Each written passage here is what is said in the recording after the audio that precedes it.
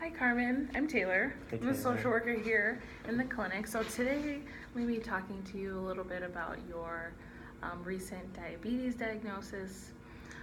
But before we get into that, how about you just tell me a little bit about yourself? Well, I don't know. I mean, I'm just pretty typical stuff. I just like to hang out with friends and Okay. watch movies, play video games. I mean, I got Netflix now, so I've been watching The Office, which I've never seen before, and I love that show. it is a good show. I've been enjoying it. Just hang out with friends. I have a car, so I just like to drive around, go out, get fun stuff to eat, stuff like that. So I don't know, just typical stuff, I Cool. guess. Okay.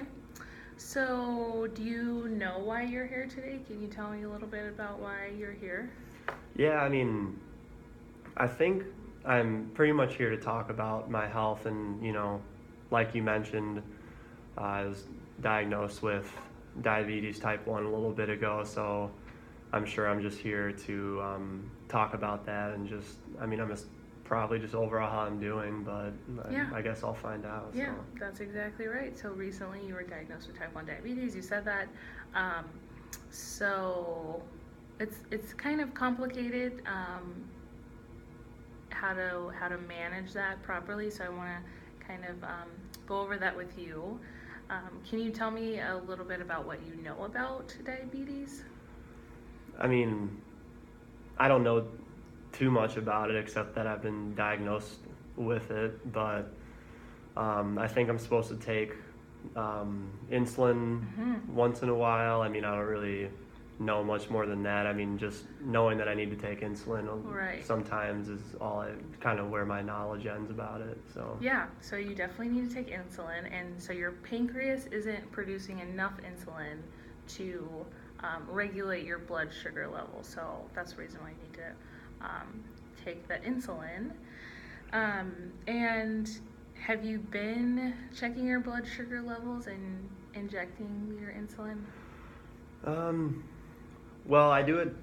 I do it a couple. I've done it a couple times, but it's not really my favorite thing to do. So I've only done it a couple times. If I'm being honest, I haven't done it in a while, and Okay. I just not don't really like doing it. So I guess if I'm being honest, with that question, no, not really.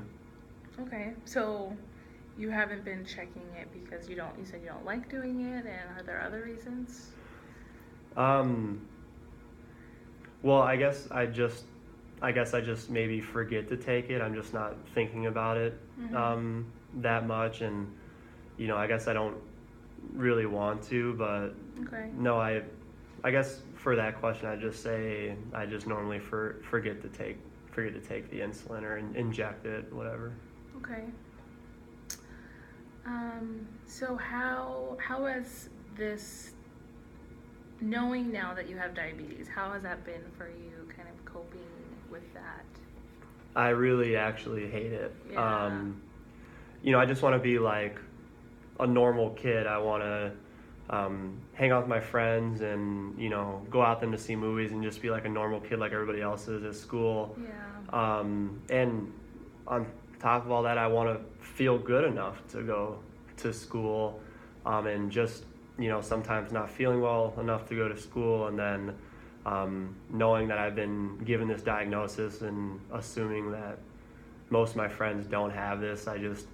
I really dislike the fact that I have this diagnosis, and it's been kind of hard to cope with. I don't really want to talk about it with people, and my dad and none of my friends know and stuff. So I guess to answer your question, I haven't been dealing with it that well. Like I said, I just hate having it. I hate that I got the diagnosis. Yeah, so I understand that it can be difficult to manage all these different things. You have to take insulin, you have to take your, check your blood sugar, eat healthy, and what you really kind of want to do, it sounds like, just hang out with your friends, just be like everyone else who doesn't have diabetes, but you do. So we can talk about ways that might make this a little bit easier for you, because this is going to be something that you're going to be needing to manage for the rest of your life. So Yeah. just understanding that is the reality of it. And I think, talking to people about it can help you get some outside support, help you, maybe remembering to take your insulin or checking blood sugars. And I think being open with your friends, even if you don't want to talk about it with your dad, being open with your friends, just so that you have someone to talk to about this, because this is a lot. And so just having friends being there for you would be, yeah, definitely talk to them about it. I would also say that I know that injecting insulin could be really painful Yeah, it and is. frustrating and annoying, and sometimes you can forget. So there is a pump that you can use that will just be connected. I don't really know how it works exactly, but it's it's more manageable than having to inject yourself with insulin every few hours. So I can talk to a specialist about calling you about that, and so that can make it a little bit more easier day to day.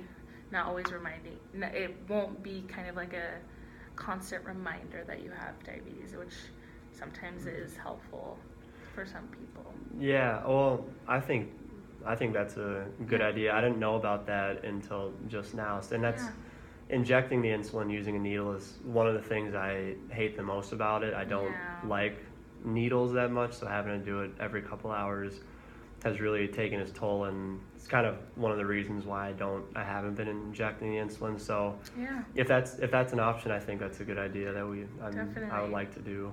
Definitely, we can try that. So, do you know of the symptoms that are associated with not taking your insulin and not properly managing your diabetes by eating well and checking your blood sugars? Not really. I mean, I got the diagnosis and I got a couple. When I got the diagnosis, I was just kind of in shock, and then after that happened, I wasn't able to listen to what they told me are kind of the symptoms to look out for. I mean, I've been kind of feeling good and bad for a while now, so the symptoms I've been kind of living with for a while, and I don't really know anything different. So as far as do I know the symptoms associated with not taking my insulin? Not really. It's something I'm still learning, I guess, or don't really know about. So some of the symptoms include needing to go to the bathroom a lot, or being really tired, being extremely thirsty or hungry, kind of like heavy breathing, or feeling kind of fatigued that you don't have enough energy to do things. So have you been experiencing any of these?